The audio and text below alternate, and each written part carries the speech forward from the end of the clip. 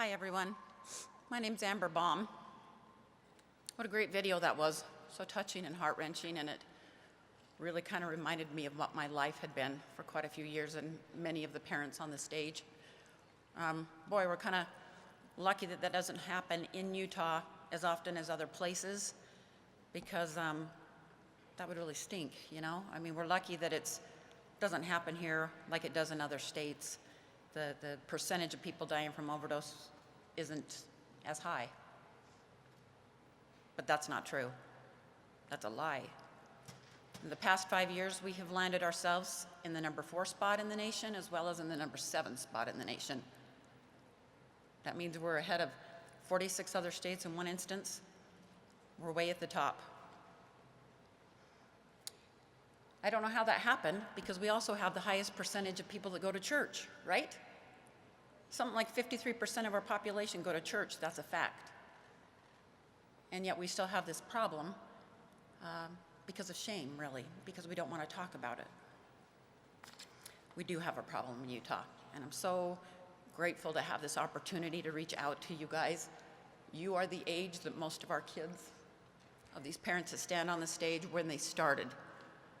On average, a child uses for 2 years before a parent is even wise to it, before we even know, because we don't know the signs. I want to introduce you to my daughter. Her name is Mackenzie Jennings Baum.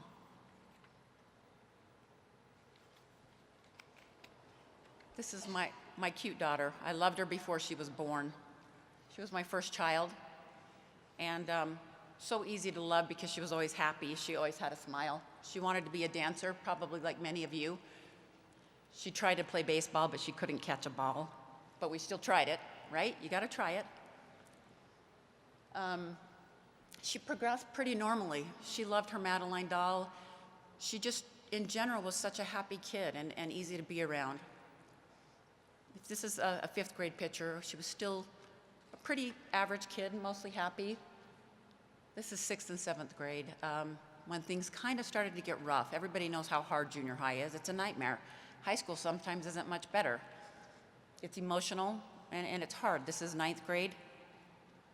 She was a cheerleader for about 5 years, and just beautiful on the inside and out. Had lots and lots of friends. Had a lot of empathy for other people and a lot of love. She went to all the dances. She's in the bottom row. She's in the back row there. She always had the cutest dresses and the cutest guys, and she seemed like she had the world by the tail, so to speak. This is her senior picture. And now back to one of my favorite pictures.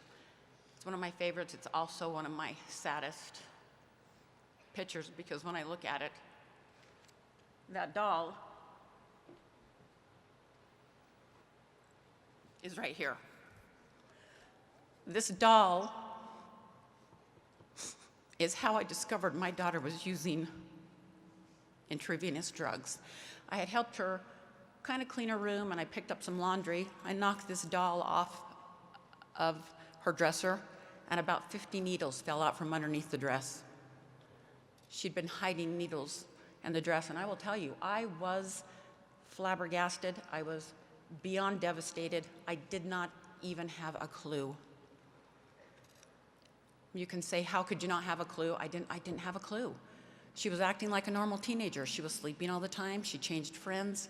She did the things that all of you do. You know, you're tired, you study a lot. And anyway, that's how I discovered that she was using.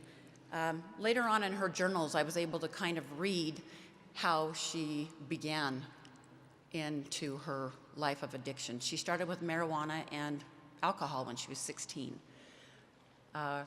Then she tried pills, Xanax and OxyContin. They were never her pills. She didn't have a prescription for them, but she got them out of family members' cabinets, like we've seen in the movie. And when those became unavailable from friends or family, she started using heroin, because heroin is super cheap. She started smoking at first, and then she started injecting. And that is the worst of the worst. Once you're injecting drugs, you're pretty bad. You're in a pretty bad way.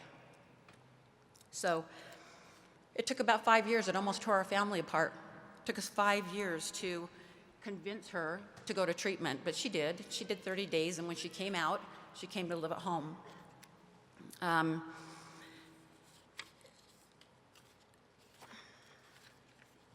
And she did pretty good for a little while. And then the day after Christmas, we had ran some errands, and when I came home, I walked into the house and knew immediately that something was wrong. And I ran to the basement, and there was my little girl lying over the tub. It's my son. She was blue, and there was a needle still in her arm. That last time she decided to use was her last time. So as a parent, I beat myself up. What did I do wrong? The mom in this story, it started me off and really upset me, and that was my life. And I've done a lot of research since then and tried to figure out what did go wrong, you know, and I didn't cause it. I can't cure it. They have to have a desire to do that themselves. But I do know that pain causes all addiction, whether it's physical pain or emotional pain. There are many moms up here, if you can raise your hand. How many of your moms or your children started with OxyContin? By raise of hand. Sometimes from an injury. We have somebody here, their son was injured really badly in an ATV injury, or a surgery, or a athletic injury. But Alima said 80%. I thought it was 75, but it's 75 to 80% of heroin users start with OxyContin. So be careful when you get pills. We have this new incentive out there that says, or initiative that says, only as prescribed. Well, here's what I would tell you. Sometimes the doctors aren't up to snuff on this stuff. Sometimes they're really not up to the level that they should be. And if you go get your wisdom teeth out and they give you 32 pills, my suggestion is take 5. Take 5 and see how you feel. A little pain is not going to kill anybody, but too many pain pills will kill you, and they will make you addicted. So there's my suggestion for that. The other kind of pain is emotional, and I thought back to my high school years and how painful it was. It was not fun. Boys broke up with me. I didn't get asked to dances. There's a lot of emotional pain that goes on in high school, but what I want to say about that is that high school is temporary. Life starts after high school. It's just a fact. You'll meet your lifelong friends after high school. So use the tools that they've talked about up here today, the new app. Use the tools that we have to keep yourself clean and confide in somebody. We're not talking about this. If you're struggling, talk to somebody, whether it's about suicide, whether it's about you might be using drugs, or a friend is using drugs. Do you know that everybody in that picture, every single person in that dance picture, knew Mackenzie was using? Nobody said anything to me. Had I known 2 years earlier when she was just using marijuana and alcohol, do you think my chances would have been so much better of saving her or helping her find the right help? Absolutely, absolutely. So in preparation for this, I asked one of my friends who's in recovery, long-term recovery, and I said, hey, what can I tell these guys? I want to give them some advice that will help them. I'm not in recovery. I went through an addiction with a child, but I'm not in recovery. And you know what he told me? He said, when you guys go and do something, and you're with friends, if you were in a room and you would not do whatever you're going to do in front of your mom, your best friend, or a stranger, a complete stranger, don't do it. Get out of the situation. And get away from those friends. You become like the friends you hang out with. So Kenzie changed friends. Should have been assigned to me, but it wasn't. I know more now. And when you know better, you do better. So if I could just point out to you, these are my parents who have become my mom and warrior club. Do you think how hard it is for these moms to lose a child, and yet their biggest hope is to show up here so that they might save one of you?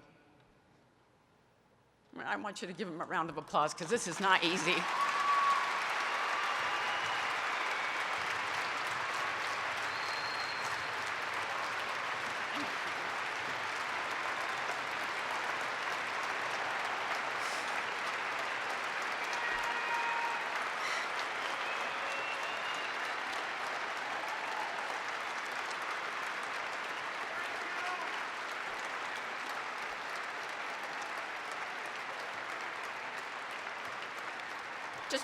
One more quick little thing. I only had a few minutes and I've probably gone over, but I don't know if they can put the picture of Mackenzie back up there with her doll. That might be impossible. But what I would like you to do, if I can't get that picture up there, maybe you could take a picture of these moms, take out your phones, and because you know what? This is what addiction looks like.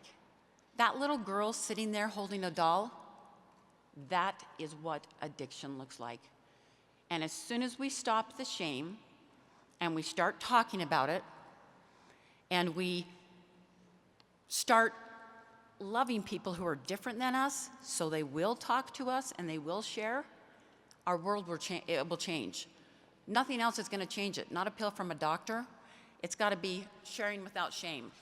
These are all pictures of kids or have lost their life to overdose. So a lot of us have these shirts on, about 600 kids, and I got those pictures within a span of 3 weeks. So it's an epidemic. I don't want to see any of you fall victim to this. And you know what I want even more than that? I don't want your moms to be part of my club. I do not want them on the stage in a year or 5 years or 10 years. So please, talk to people, share your struggles. Don't take too many pills if you have a surgery, and just do your very best and share without shame. Thank you, everybody.